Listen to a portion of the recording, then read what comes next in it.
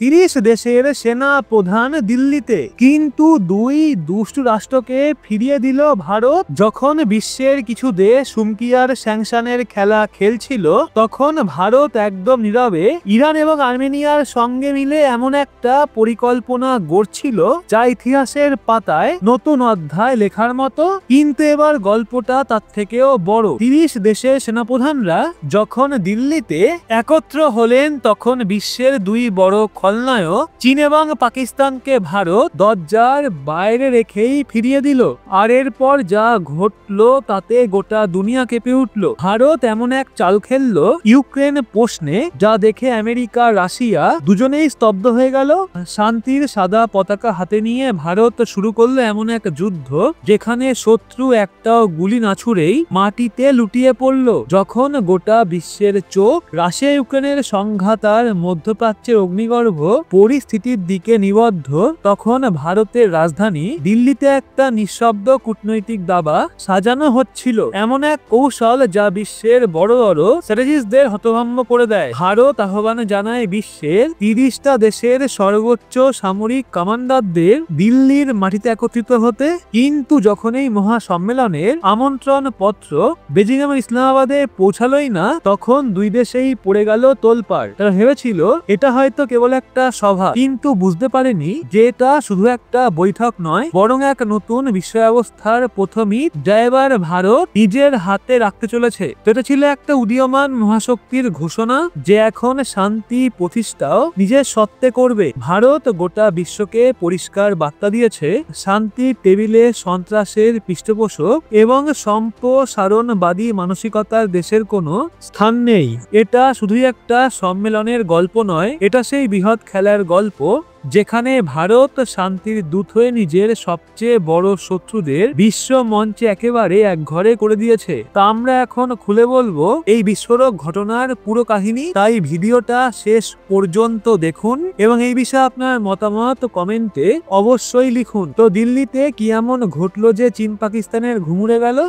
New Delhi, এখানে জড়ো হচ্ছেন বিশ্বের সেই 30 দেশের সেনা প্রধান যাদের সৈন্যরা জাতিসংঘের শান্তি মিশনে অংশ নেয়। তারা জীবন বাজি রেখে বিশ্বের নানান কোণে শান্তি রক্ষা করে চলেছেন।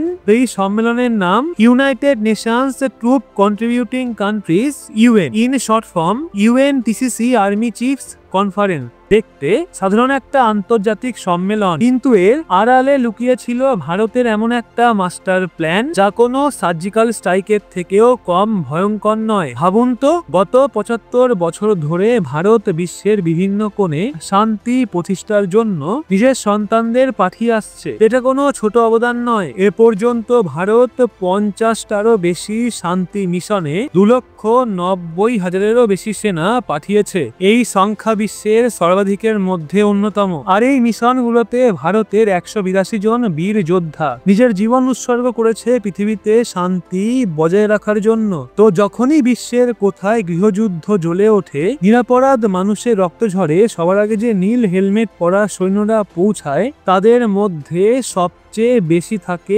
ভারতীয় শান্তিরক্ষী। 2007 সালে যখন সাইবেরিয়ায় মহিলাদের নিরাপত্তা বড় একটা সমস্যা হয়ে দাঁড়ায়, তখনই ভারত পাঠায় বিশ্বের প্রথম অলমেন পুলিশ কন্টিনজেন্ট, অর্থাৎ সম্পূর্ণ মহিলা পুলিশের দল, এবং সেটা তৈরি করে ইতিহাস। এটাই ভারতের প্রকৃত চরিত্র। আমরা শুধু নিজের সীমান্ত রক্ষা করতে জানি না, আমরা গোটা বিশ্বকেই মনে করি পরিবার। বসুধৈব কুটুম্বকম এটাই কেবল স্লোগান নয়, এটা আমাদের রক্তে মিশে আছে। এই ত্যাগ এবং সেবার ভিত্তিতেই ভারত এবার এমন এক দুর্গ নির্মাণ করেছে যার প্রাচীরে আছড়ে পড়ে চীন এবং পাকিস্তানের সমস্ত দম্ভ ভেঙে চূর্ণ বিচূর্ণ হয়ে গেছে। ভারত এই সম্মেলনের মাধ্যমে বিশ্বকে দেখিয়েছে যে আমরা কত মহান তা নয়, বরং শান্তির প্রকৃত অর্থ কি এবং শান্তির শত্রুদের স্থান কোথায় সেটাই প্রমাণ করেছে। তো এখন সবচেয়ে বড় প্রশ্ন, কেন চীন এবং পাকিস্তানকে বাদ? যখন সবাই জানতে চাইল পাকিস্তান এবং চীনও তো জাতিসংঘের শান্তি মিশনে সৈন্য পাঠায়, তবুও কেন তাদের আমন্ত্রণ জানানো হয়নি? উত্তরটা লুকিয়ে আছে প্রধানমন্ত্রী মোদীর সেই 5S ভিশনে, যা আজ ভারতের বৈদেশিক নীতির সবচেয়ে বড় হাতিয়ার। তো 5টা বড় স্তম্ভ: সম্মান, সংলাপ, সহযোগিতা, শান্তি এবং সমৃদ্ধি। ভারতের বার্তা ছিল একদম কাচের মতো স্বচ্ছ: যেই দেশের মূল্যবোধের সম্মান করে না, সে শান্তির টেবিলে বসার যোগ্য নয়। তো এবার প্রথমে কথা বলি পাকিস্তানের।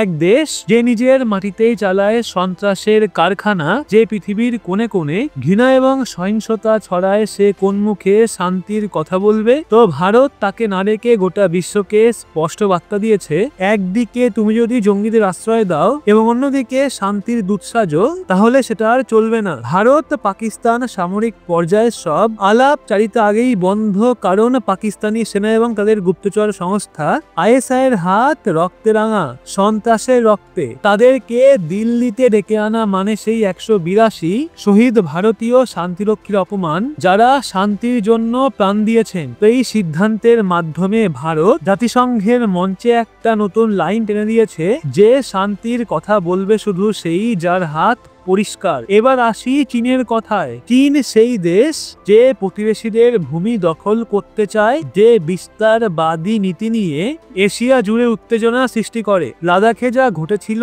তা ভারত ভোলেনি। চীন একদিকে জাতিসংঘে শান্তি এবং সহযোগিতার বুলি চাপড়ায়, অন্যদিকে ভারতের সীমান্তে অশান্তি ছড়ায়। ভারত চীনকে বাদ দিয়ে দেখিয়ে দিয়েছে তাদের দ্বিচারিতা এখন পুরো বিশ্বের সামনে নগ্ন হয়ে গেছে। এটা শুধু সীমান্ত বিরোধ বা ভারত পাক উত্তেজনার ফল নয়, এটা ভারতের এক বৃহৎ কৌশলগত চাল। চীন এবং পাকিস্তানকে বাদ দিয়ে ভারত দেখিয়ে দিল এখন এক নতুন গ্লোবাল পিস ব্লক তৈরি হচ্ছে, যা নেতৃত্ব দেবে ভারত। আর এই ব্লকে বিশ্বাসঘাতক বা আগ্রাসী দেশের কোনো স্থান নেই। এটা কার্যত এই দুই দেশের বিরুদ্ধে বিশ্বব্যাপী বয়কট, তাও আবার শান্তির নামে। এই মনস্তাত্ত্বিক আঘাত চীন এবং পাকিস্তান সহজে সারতে পারবে না। বছরের পর বছর লেগে যাবে। এরপর যা ঘটলো তাতে পশ্চিমও চমকে গেল। এই সম্মেলনে এমন এক প্রশ্ন উঠল যা শুনে আমেরিকা এবং ন্যাটো দেশগুলোর কান খাড়া হয়ে গেল।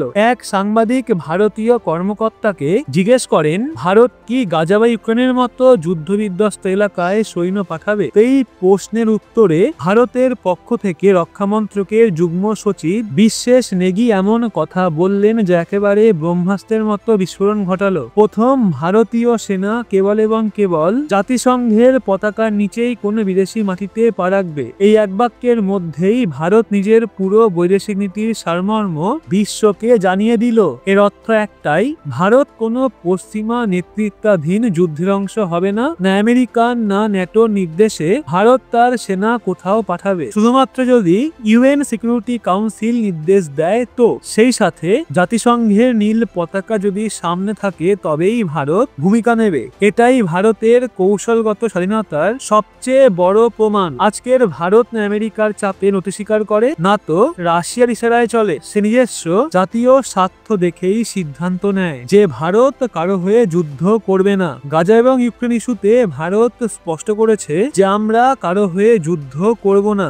আমরা যাব শান্তি স্থাপন করতে, কোন দেশের স্বার্থ সিদ্ধির জন্য নয়। এটাই ভারতের নতুন দৃষ্টিভঙ্গি, যাকে বলা হচ্ছে নর্মস, অর্থাৎ new orientation for a reformed multilateral system. অর্থাৎ ভারত এখন চায় জাতিসংঘের মতো আন্তর্জাতিক প্রতিষ্ঠানে সংশোধন আসুক, পুরোনো নিয়ম বদলাক এবং ভারত সহ সেই দেশগুলো তাদের ন্যায্য স্থান পাক, যারা সত্যি বিশ্বের কল্যাণে সবচেয়ে বেশি অবদান রাখে। ভারতের গ্লোবাল কূটনীতির গোপন সুবিধা। এই সম্মেলনের মাধ্যমে ভারত শুধু শান্তিদূতদের একত্র করেনি, বরং গ্লোবাল সাউথ অর্থাৎ আফ্রিকা, এশিয়া, লাতিন আমেরিকার উন্নয়নশীল দেশগুলোকে এক মঞ্চে এনেছে। এটা ভবিষ্যতে ভারতের UN স্থায়ী সদস্য পদ দাবিকে আরো মজবুত করবে। আর এখানেই লুকিয়ে ভারতের আরেকটা নীরব জয়। যখন 30 দেশের সেনাপ্রধানরা ভারতে এলেন, তাদের শুধু বৈঠক বা কনফারেন্সেই সীমাবদ্ধ রাখা হয়নি, বরং তাদেরকে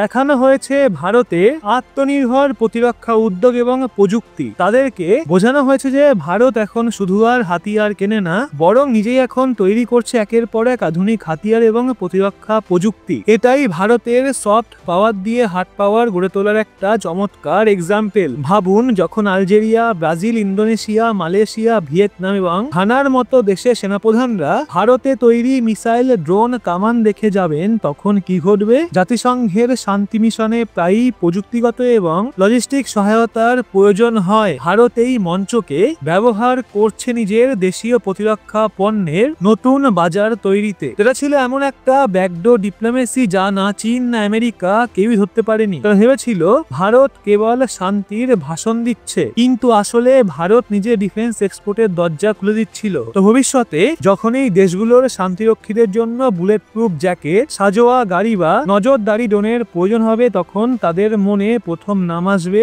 ভারত। শেষ পরিণতি একটা ঐতিহাসিক মুহূর্ত। এই সম্মেলন কেবল একটা আয়োজন নয়, এটা ভবিষ্যতের ভারতের ভিত্তি স্থাপনকারী একটা ঐতিহাসিক পদক্ষেপ। এক এমন ভারত যে শান্তির সবচেয়ে বড় দূত, আবার প্রয়োজনে নিজের সুরক্ষার জন্য সবচেয়ে বড় যোদ্ধাও। তো দিল্লিতে সেনাপ্রধানদের ন্যাশনাল ওয়ার মেমোরিয়ালে নিয়ে যাওয়া হবে ভারতের শহীদদের প্রতি শ্রদ্ধা জানাতে। এটাই হবে এক প্রতীক, বিশ্বকে মনে করিয়ে দেওয়ার যে ভারত শান্তির দাম জানে, কারণ সে নিজের রক্তে তার মূল্য দিয়েছে। এই এক পদক্ষেপেই ভারতের ভাবমূর্তি বদলে গেছে। এখন থেকে জাতিসংঘের শান্তি মিশনের ন্যারেটিভ, দিক নির্দেশ এবং নিয়মাবলী সবই লেখা হবে ভারতের নেতৃত্বে। এটাই নতুন ভারত যে শান্তিকে অস্ত্র বানিয়ে বিশ্বে নিজের ছাপ রেখে দিচ্ছে। তো বন্ধুরা, ভিডিওটা কেমন লাগলো অবশ্যই লিখবেন কমেন্টে। সেই সাথে সবাইকে জানাই শুভ বিজয়ের প্রণাম এবং ভালোবাসা। কেমন কাটলো সবার পুজো?